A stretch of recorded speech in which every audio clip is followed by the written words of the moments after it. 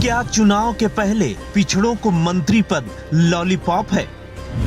जातिवाद का विरोध करने वाली भाजपा जाति के हिसाब से बना रही मंत्री। जातीय समीकरण से बीजेपी की नया पार लगेगी या मझधार में फंसेगी? उत्तर प्रदेश की योगी सरकार ने चुनाव के ऐन वक्त पहले और ऐसे वक्त में जब जल्दी ही आचार संहिता लागू हो जाएगी, जातीय समीकरण के हिसाब से कुछ लोगों को मंत्री पद दे देना क्या वाकई सम्मान देना है या लॉलीपॉप? यह पूरे प्रदेश में चर्चा का विषय बन गया है। पिछले 4.5 सालों में जिन नेताओं या जिन जातियों को पूछा तक नहीं गया, उनको चुनाव के ऐन वक्त पहले मंत्री बनाया गया है। तो क्या योगी सरकार के पास काम के बदले वोट मांगने का साहस खत्म हो गया है? अगर सरकार ने वाकई इतने काम किए कि काम के बदले वोट मिल सकता है, तो फिर योगी सरकार में जाति के हिसाब से मंत्री पद क्यों बांटे जा रहे हैं, और वो भी ऐसे वक्त में जब चुनाव बेहद करीब हो? आज यूपी सरकार के मंत्रिमंडल विस्तार में जिन 7 लोगों को मंत्री बनाया गया है, उसमें 6 मंत्री ऐसे हैं जो पिछड़े और दलित हैं।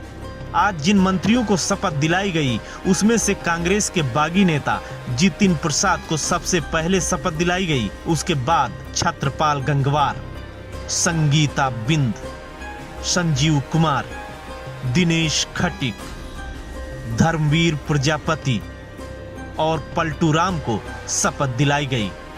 मंत्रिमंडल विस्तार के बाद मुख्य विपक्षी दल समाजवादी पार्टी के मुखिया अखिलेश यादव ने भारतीय जनता पार्टी की हताशा बताया।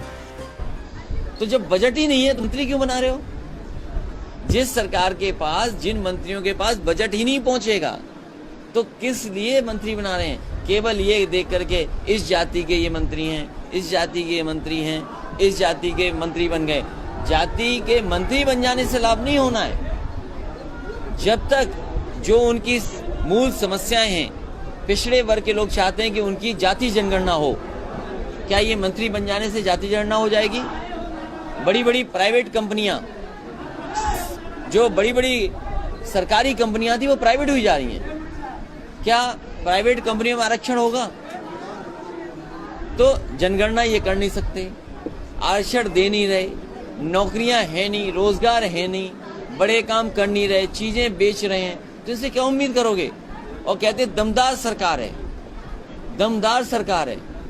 हम इनसे जानना चाहते हैं, जो दुमदार हैं, जो खेत खाए जा रहे हैं, खेत बर्बाद कर दे रहे हैं, उन दुमदारों को कब हटाओगे?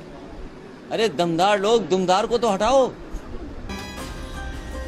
उन्होंने कहा कि भारतीय जनता पार्टी काम के बदले वोट नहीं, बल्कि जातीय समीकरण पर 2022 का चुनाव लड़ना चाहती है, लेकिन जनता बखूबी उनके लॉलीपॉप को समझ रही है।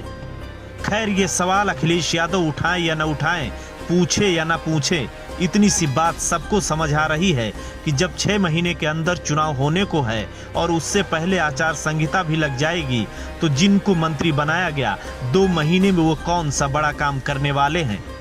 जाहिर सी बात है, यह एक चुनावी तैयारी है जिसमें मंत्री पद सम्मान के नाम पर वोट लेने का खेल किया जा रहा है। Bureau report, Ashok Kumar, INF, Uttar Pradesh.